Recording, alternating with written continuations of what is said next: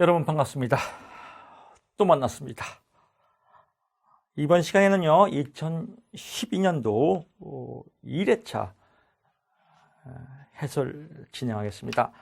페이지 수는 338페이지입니다. 2012년도 1회차 1번 갑니다. 보딘의 정신역동적 상담의 상담과정 3단계입니다. 제목을 먼저 외워야 되겠죠. 보딘의 정신역동적 상담에서 상담 과정의 3단계입니다. 상담 과정, 상담을 어떤 식으로 하냐? 상담 과정의 3단계를 쓰시오. 이런 제목입니다. 먼저 제목을 이해해야 돼요. 보딘의 정신역동적이라는 것은요, 정신이 역동적으로 움직이지 않기 때문에 상담 이론이 나온 겁니다. 상담 이론이 나온 겁니다. 그러니까 정신이 역동적이지 않다고 가정을 하고 누가? 내담자가 상담을 진행하는 거예요. 그래서 1번, 그래서 보딘의 정신역동적 상담의 과정은 키워드가 탐중변입니다. 이렇게 탐색 단계, 중대한 결정,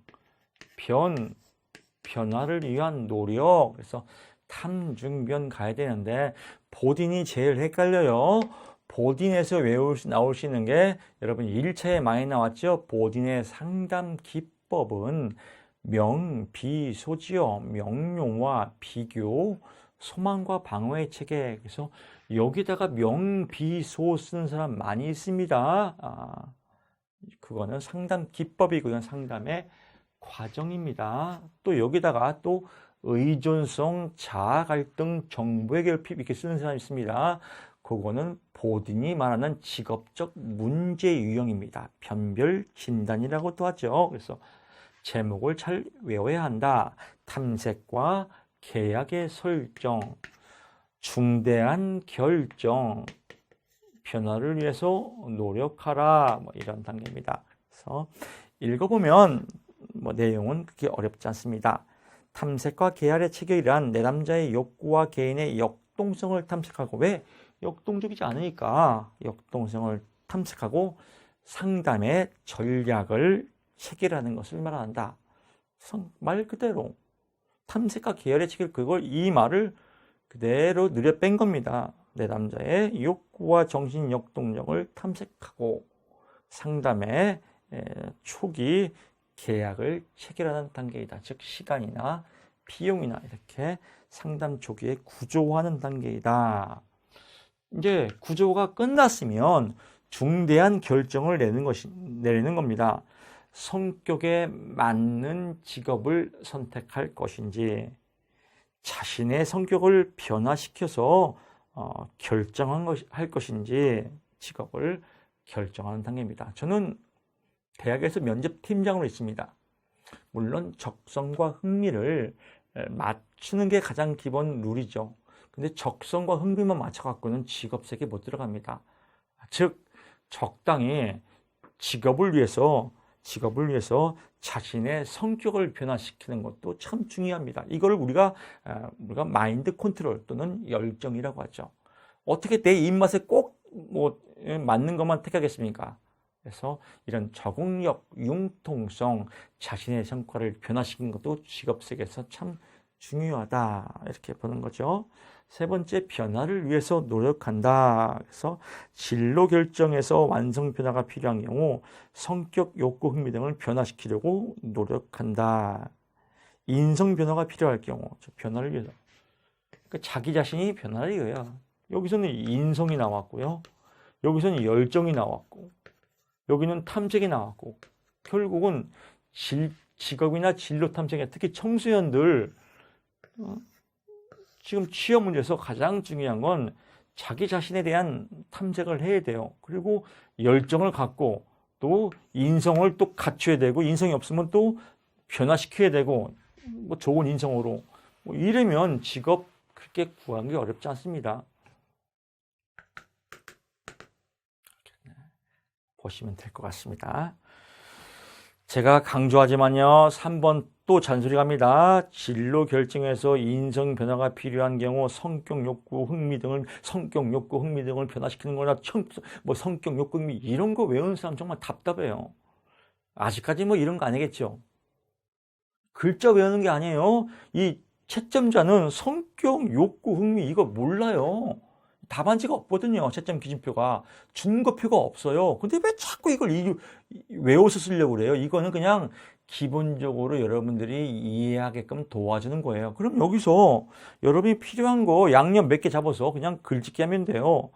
진로 결정에 필요한 인성 변화를 위해서 노력하는 단계를 의미한다. 이렇게 써도 되겠고요.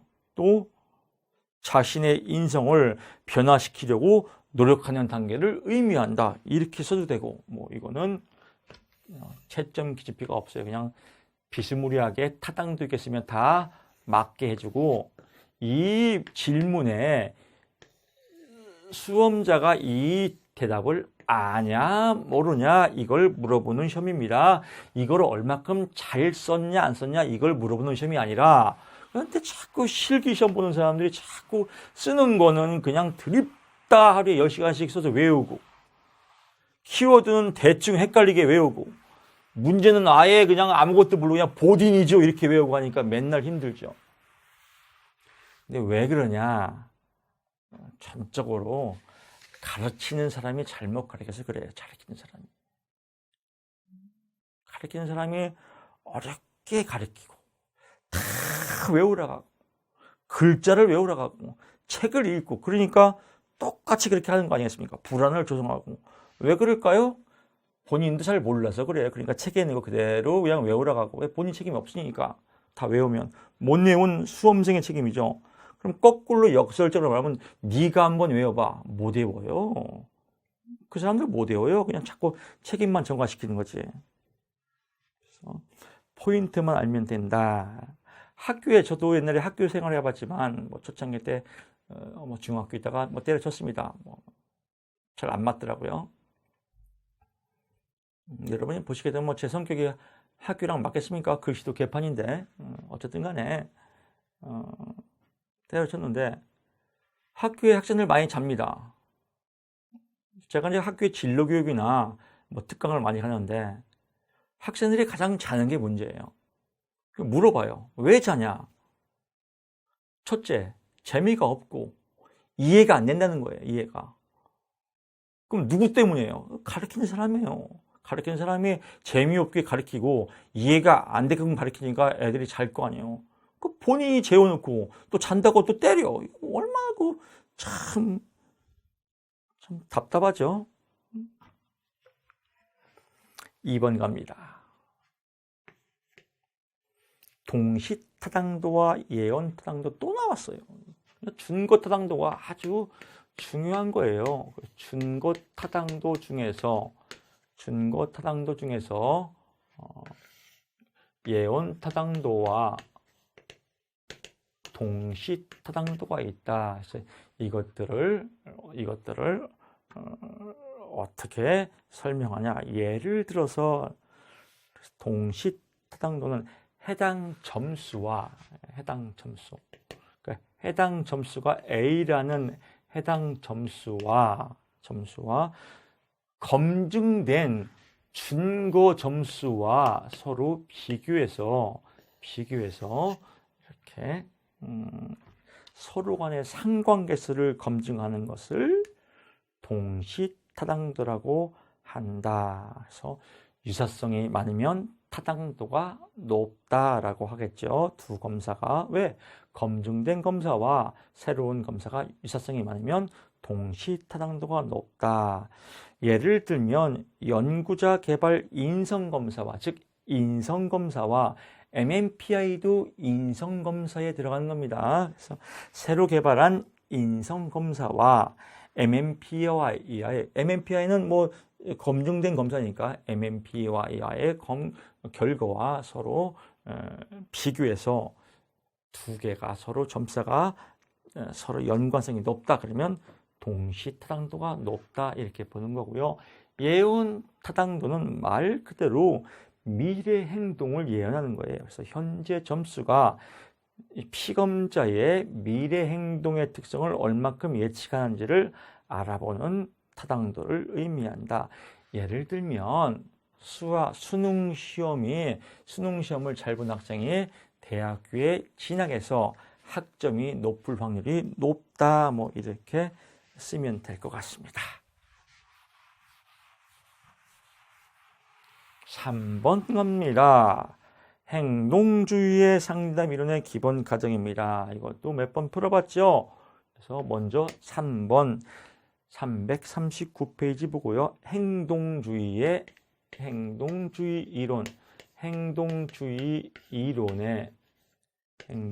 이론의 기본적인 가정이에요. 기본적인 기본적인 원리가 뭐냐 이겁니다. 그래서 행동주의의 이론은 문제점을 먼저 알아야겠죠. 문제점은 이상한 행동이에요.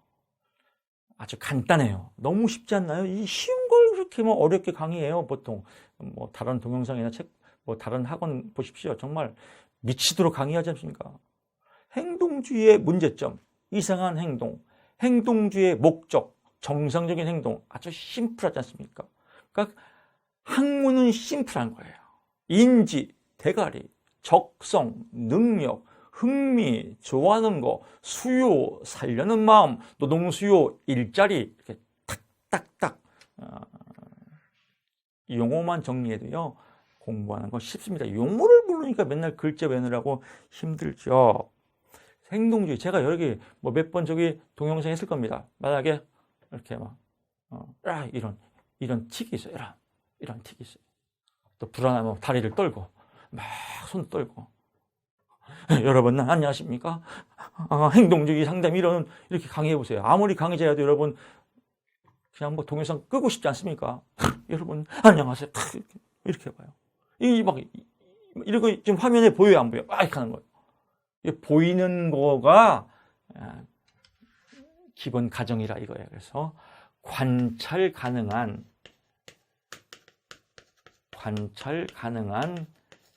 대상만이 근거가 된다. 보이지 않는 무의식 세계나 인지적 이런 내용들은 포함시키지 않는다. 근데 이거 불안하면 내가 왜 이렇게 해요? 이거 왜 이렇게 해요? 불안해서 그렇거든요.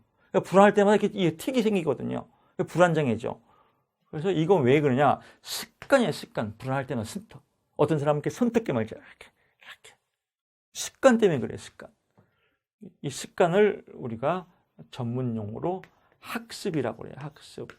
잘못된 습관은 학습이죠. 그래서 잘못된 행동은 학습을 통해서 이루어져 있다.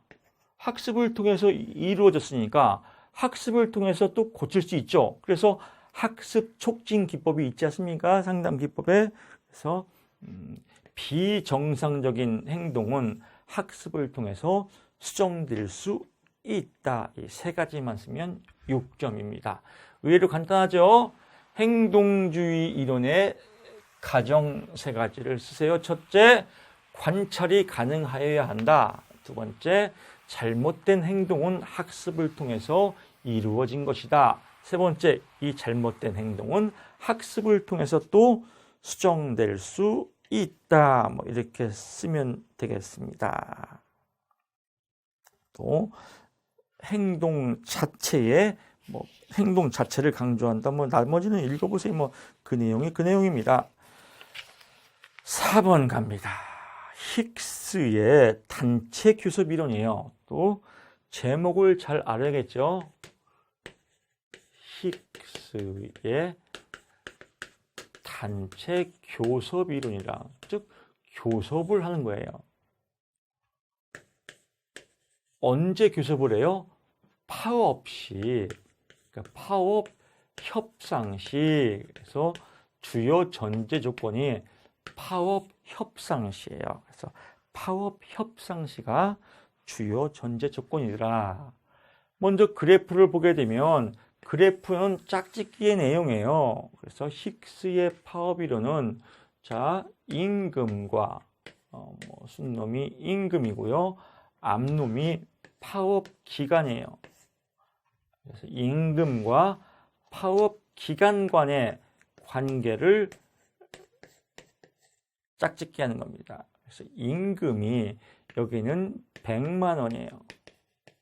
여기는 임금이 1000만 원이고 여기는 임금이 500만 원이에요.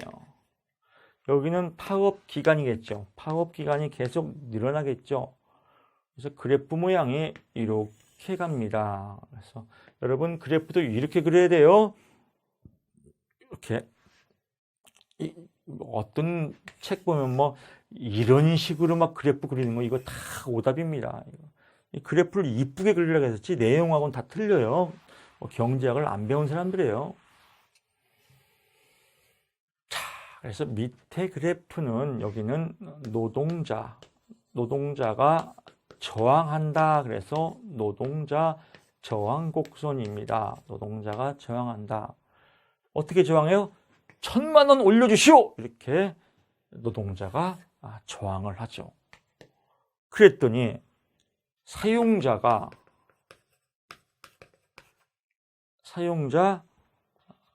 양보 곡선이에요. 양보.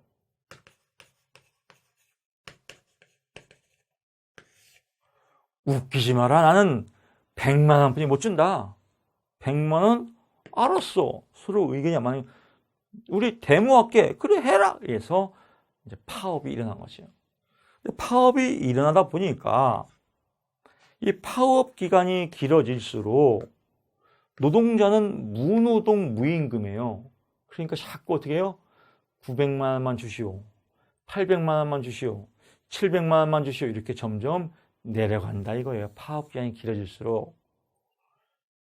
사용자는 공장이 회사가 가동 안 되니까 알았어. 200만 원으로 양보할게. 300으로 양보할게. 400으로 양보할게. 이렇게 점점 올라간다. 그래서 500만 원에서 그럼 너도 손해고 나도 손해니까 서로 그냥 여기서 파업 협상을 하자. 그래서 악수하고 사진 찍고 Q 지점에서 파업이 종결되는 이론을 힉스의 파업 이론이라고 한다. 그래서 그래프는요 너무 복잡하게 그리면 여러분 헷갈리니까 이 문제는 그래프를 그려야 돼요. 그래서 그래프가 3점이고 설명이 3점이에요. 그래프를 간단하게 이렇게. 그래서 0자 꼭 붙이십시오. 출발점이 이쪽에서 2개 붙이고요. 그래서 위에는 사용자 양보 곡선, 밑에는 노동자 저항 곡선에서 요 면이 붙어야 돼요, 여러분. 어떤 분들은 막 이렇게 그리더라고요. 또 어떤 분들은 또 이렇게 그리고 다 틀립니다. 이렇게 직선도 곡선 안에 포함됩니다. 그러니까 이렇게 직선으로 그리면 됩니다. 그리고 여기는 노동자가 제시하는 제시임금이에요. 여기는 사용자가 제시가 아니라 요구하는 거죠. 노동자가 요구하는 요구임금이에요. 여기는 사용자가 제시하는 제시임금이에요. 여기는 파업 협상이 이루어지는 Q점에서 이렇게 적어 놓으면 됩니다. 자, 설명은 그대로 힉스의 단체 교섭 이론이란 파업 협상 시 노동자의 요구 임금은 파업 기간이 길어질수록 점점 내려가고 사용자의 제시 임금은 파업 기간이 길어질수록 점점 올라가서 결국은 Q 지점에서 파업이 종결됨을 의미한다. 또는 협상이 이루어진다. 뭐 이렇게 쓰면 깔끔하게 6점이 맞았습니다. 여러분 이런 문제 나와야 여러분들만 합격입니다. 다른 데서 공부한 사람은 떨어져야겠죠. 뭐 시험이니까 할 수 없어요. 저도 원래 착한 사람인데 시험은 그래요. 스포츠처럼 게임입니다. 이겨야 됩니다.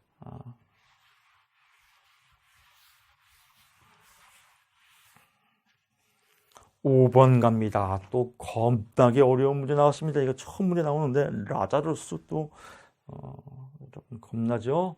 라자루스라고 해요. 라자루스. 이때 처음 이거 한 번 나온 문제에 7점짜리입니다. 이 문제 나오면요, 전면 앞에 쫙 나와요. 전면 사절 8절지죠. 그 한 면이 한 문제 나요. 라자루스 이렇게 나와요. 라자루스의 중다양식 심리치료. 중다양식 심리치료예요. 지금 여러 가지 방법으로 심리치료하는 겁니다. 원래 라자루스는 그 스트레스 이론가예요. 스트레스가 어디에서 출발되냐? 스트레스 때문에 심리적인 문제가 생겼다라고 해서 스트레스를 기반으로 만든 이론인데, 이 스트레스를 기반으로 여러 가지 요인의 심리적 문제를 제시한 겁니다. 그래서 문제가 이렇게 나와요. 7점짜리니까 1, 2, 3, 4, 5, 6, 7 이렇게 답안지에 써 있습니다. 인쇄가 되어 있고요. 그리고 이렇게 나와요. 아니다. 원래 이게 문제 보게 되면 베이직 아이디 카드예요. 베이직 중다 양식에서 베이직 아이디 카드다. 이렇게 베이직 아이디 카드. 약자. 영어에 뭐 비하이비어머스 행동주의에서 나오는 거. 자, 여기 봅시다. 그래서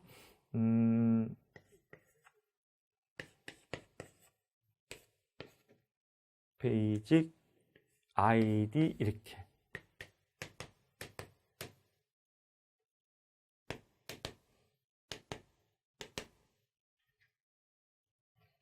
이렇게 나온다. 이렇게.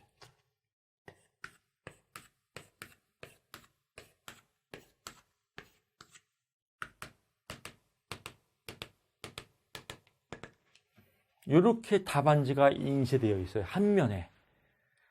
이 문제를 모르면 손도 못 대요.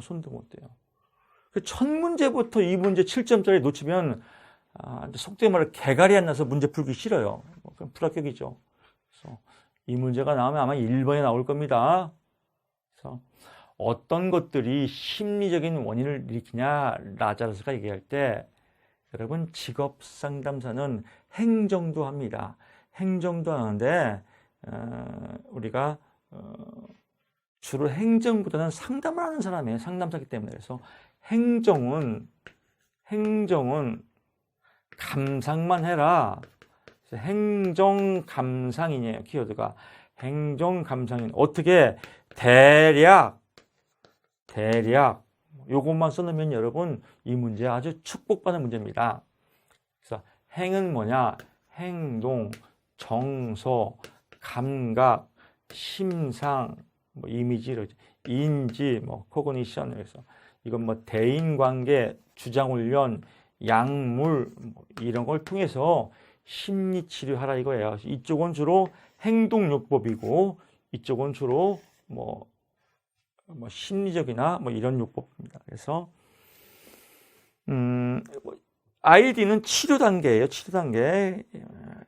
이것만 쓰면 여러분 점수를 다 맞게 줍니다. 나머지는 상식이에요. 그래서 행동주의는 행동주의에서 긍정적 강화와 부정적 강화를 통해서 심리 치료하는 것을 의미한다. 어렵지 않죠. 청소, 소유하고 수용하는 감정을 잘 컨트롤해서 심리 치료하는 방법이다. 감각, 긴장 완화나 감각적 쾌감을 회복하는 것을 의미한다. 또는 뭐 감각의 근육 이완 훈련을 통해서 이렇게 막 있는 거 없는 거 주저리 쓰면 됩니다. 심상, 자기상의 변화, 마음의 심상을 잘 관리하는 것을 의미한다. 인지, 대가리, 인지적 재구정과 자각을 통해서 심리 치료를 하는 것이다. 이것도 저것도 아니면 대인관계, 모델링이나 비판적 수용 또는 주장훈련을 통해서 대인관계 학습을 키우는 것이다. 이것도 저것도 아니면 약 먹어라 해서 의학적 치료와 운동이 중요하다. 그래서 약물은 의학적 치료나 운동요법이다. 대인관계 주장을 통한 학습 치료 기법을 의미한다. 이렇게 여기와 관련된 내용을 그냥 글짓기 쓰면 다 맞게 한다. 베이직 아이디 카드 키워드는 뭐예요? 행정 감상인 대략. 다시 한번 해보세요. 행정 감상인 대략 이거다. 이런 문제 나와요. 여러분 붙습니다. 다른 사람 못 풀고요. 6번 갑니다. 직업 상담에서 틴슬리와 브래들리예요. 그래서 6번 문제입니다. 틴슬리와 브래들리가 주장한 것은요. 검사 결과의 검토예요. 검사 결과의 검토다. 그래서 결과 검사를 2단계를 쓰라. 그러니까 1단계, 2단계겠죠. 누가 상담자가 검사 결과에 대해서 검토하는 겁니다. 자, 봅시다. IQ 지능 검사를 했는데 IQ가 70 나왔어요. 근데 왜 70인지를 파악을 해야 될 거 아니에요. 장난으로 시험을 봤는지 아니면 어떤 뇌적인 문제가 있는 건지. 그래서 이런 것들을 파악해야 된다. 그래서 1단계는요. 검사 결과에 대한 이해 단계로, 여기는 1단계는 이해 단계예요. 1단계 이해 단계, 검사 결과에 대한 이해 단계로서 내담자의 검사 점수나 결과의 의미를 설명할 수 있어야 된다. 왜 이런지를 설명할 수 있어야 된다. 누가? 상담자가. 두 번째, 2단계는 통합 단계예요. 통합 단계. 통합 단계다. 그래서 내담자가 알고 있는 다른 정보들과 지금 IQ 70인 이 70 점수와 또 주변의 다른 환경이나 검사, 여러 가지 통합적 정보를 통해서 내담자를 파악하는 것을 의미한다. 즉, 다른 정보들과 검사 결과를 통합하는 단계이다. 즉, 종합적으로 분석하는 단계. 이해 단계는 검사 점수만 파악하는 단계. 이렇게 이해하시면 여러분들이 답안지 작성하는 데는 크게 어려움이 없을 겁니다. 8번 갑니다. 직업 심리검사에서 측정의 기본 단위 척도 4가지. 그래서 8번 문제는 척도의 문제입니다. 척도. 여러분, 척도가 뭐예요? 그럴 때 탁 나와야 돼요. 척도는 뭐냐? 사이즈예요, 사이즈. 즉, 크기란 말이에요, 크기. 즉, 크기를 물어보는 거예요, 크기. 그래서 크기 4가지가 뭐냐라고 할 때 명서등비다. 가장 크기 순서대죠. 척도는 사이즈다. 그래서 너는 인생의 사이즈가 넓어. 그러면 인생이 용량이 큰 거고, 너 왜 이렇게 인생의 사이즈가 작어? 그래서 사이즈가 큰 거를 우리가 대인배라고, 대인배. 척도가 작은 거를 우리 종재기라고 하죠. 종재기. 그래서 명서등비다. 그래서 명명척도 또는 명목척도라고도 합니다. 또 서열척도, 등간척도, 비율척도라고 나누는데, 명명척도는 말 그대로 이름 명자예요. 이름의 차이 정보만을 나타내는 척도를 의미한다. 예를 들면 운동선수의 등번호와 같은 것이다. 11번 차범근 이렇게. 서열척도는 순서까지 나타내는 거예요. 순서. 그래서 예를 들면 11번 차범근인데 차범근 씨가 11등이다. 전 세계에서 이렇게 순서까지도 알 수 있는 것을 서열척도라고 한다. 등간척도는 명명척도, 즉 이름의 차이 정보와 또 서열 순서와 등간 간격까지도 나타내는 척도를 의미한다. 즉 명명 플러스 서열 플러스 등간까지도 나타내는 척도를 의미한다. 절대 0.0의 의미가 없다. 그래서 절대 0점이 없다. 유식한 말로 아는 사람은 쓰고 헷갈리는 사람은 쓰지 마십시오. 비율 척도는 말 그대로 또 가장 큰 거죠. 명명과 서열과 등간과 비율까지도 나타내는 척도이다. 비율은 곱하기예요. 그래서 곱하기가 된다. 이 곱하기가 된다를 전문용어로 절대 0점이 있다. 즉 0의 속성 의미가 있다. 이렇게 씁니다. 그래서 비율 척도는 0의 속성이 있다. 등간 척도는 0의 속성이 없다. 즉 곱하기가 안 된다. 이런 의미입니다. 척도 4가지 명서 등비 이렇게 정리했습니다. 자, 이번 1강은 이 8번까지만 하고요. 다음 시간에 또 2강 안내하겠습니다. 여러분 수고 많았습니다. 고맙습니다.